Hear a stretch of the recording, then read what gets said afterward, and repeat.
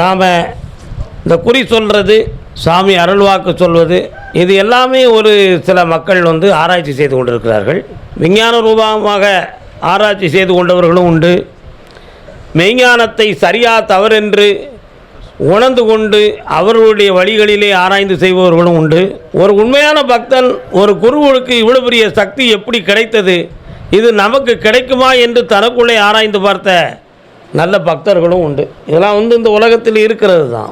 விஞ்ஞானிகள் நம்மளுக்கு நடைமுறையில் நமக்கு நிறைய விஷயங்களை நேருக்கு நேர் காட்டி சாட்சி பூர்வமாக நிரூபித்து விஞ்ஞானத்தை நமக்கு மெய்வித்தார்கள்.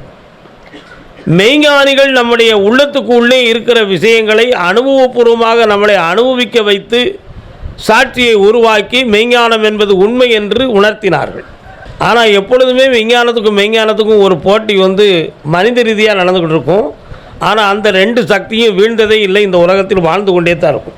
அதில் எந்த ஒரு ஐயப்பாடும் இல்லை. இந்த பூலோகத்தில் சடைமுடி தரித்து மரத்தடியிலே உட்கார்ந்து பிச்சைக்காரனை போல காட்சியளித்து கொண்டிருந்த ஒவ்வொரு ரிஷிகளும் ஆகாயத்தில் இருக்கக்கூடிய கிரகங்களையும் விண்மீன்களையும் ஆராய்ந்து பார்த்து, இந்தந்த கிரகம் இந்த வடிவத்தில் இருக்குது, இந்த சந்திரனுக்கு இப்படி ஒரு கிரகம் மூழ்கிற பொழுது அதுக்கு பேர் கிரகணம் என்றும், இப்படி ஒவ்வொரு நிகழ்வுகளையும் நமது உலகத்தில் வானூர்கள் இருக்கக்கூடிய கிரகங்களை பூமியில் இருந்து கொண்டு ஞானத்தால் பார்த்து எழுதியதை இன்று விஞ்ஞானத்தில் நுண்ணோக்கி கருவிகள் மூலமாகவும் வான ஊர்தியினுடைய மூலமாகவும் பார்த்து நமக்கு காட்டி கொண்டு இருக்கிறார்கள்.